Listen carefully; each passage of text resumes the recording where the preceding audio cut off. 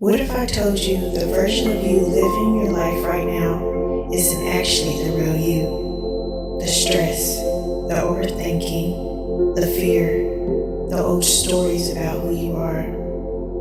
That's just a character. But there's another version of you quietly watching the entire thing, the observer. And once you understand which version of yourself you've been living from, it explains why you keep repeating the same patterns in your life. Most people move through life believing they are their thoughts. I'm anxious. I'm not good enough. I always get hurt. I never have enough money.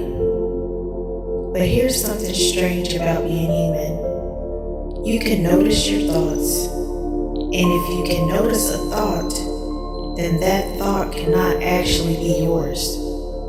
Something deeper is doing the noticing. And if this video resonates with you, make sure you subscribe to my channel, because this is exactly what we need to talk about. Breaking mental loops, understanding consciousness, and stepping into your real power. I'm gonna explain this so simple that you can understand at any conscious level that you're at. Think about life like a movie. The character in the movie is experiencing everything. They feel the emotion. They react to the problems. They believe the story. But the person watching the movie is different. They see the entire picture. Your mind works the same way. There is a version of you inside the movie of your life reacting to everything. And there's another version of you sitting in the theater watching the story unfold. Why this matters. Most people suffer because they believe they are the character.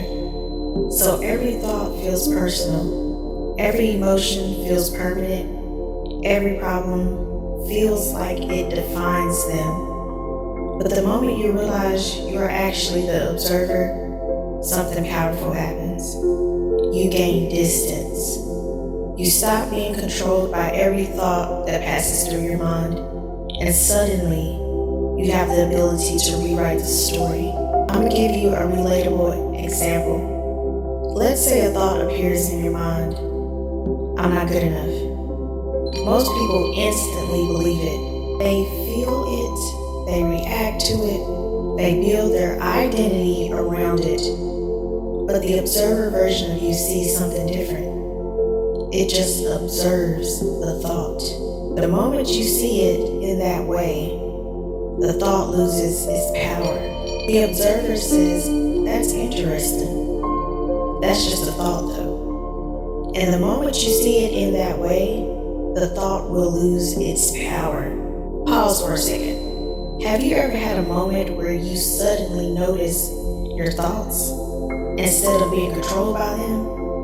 Like you caught yourself thinking something negative and thought, wait a minute, why am I thinking that? Or why would I tell myself that? I love me. If you've ever experienced that moment, comment the word observer below. Because that moment right there is the observer waking up. I literally had to learn this the hard way. I don't want you guys to think that I'm just on here recording. Half of the stuff I'm telling you, I learned my very self, my own way, at my own pace. There is no reward for who is more conscious. Life will give you experiences that make you question everything.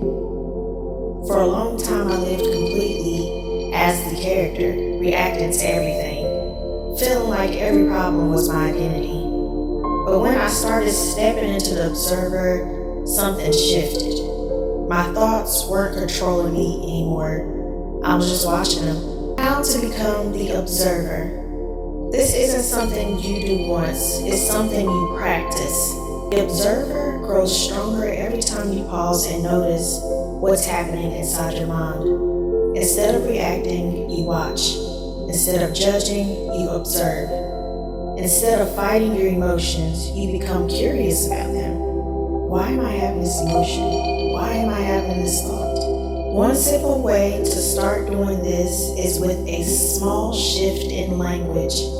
When a thought appears, say this in your mind. I am noticing that I'm thinking. I'm noticing that I feel anxious. I'm noticing that I feel angry. Tiny shift changes everything because now you're not inside of the emotion, you are observing it.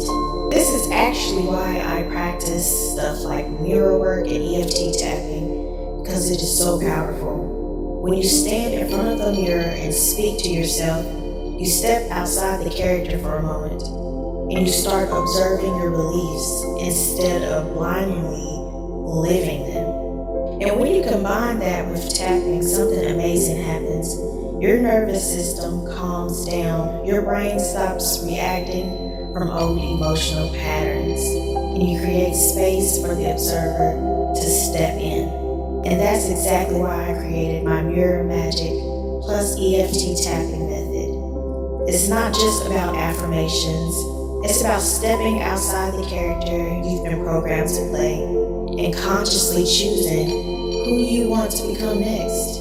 Strange thing about consciousness is that the observer has always been there, quietly watching your entire life, watching your childhood, watching your struggles, watching every version of you that has ever existed. And now, congratulations, you are becoming aware of it. Right now, there are two versions of you. The character, living the story, of course, and the observer, holding the entire story in its hands. The question is, which one are you going to live from?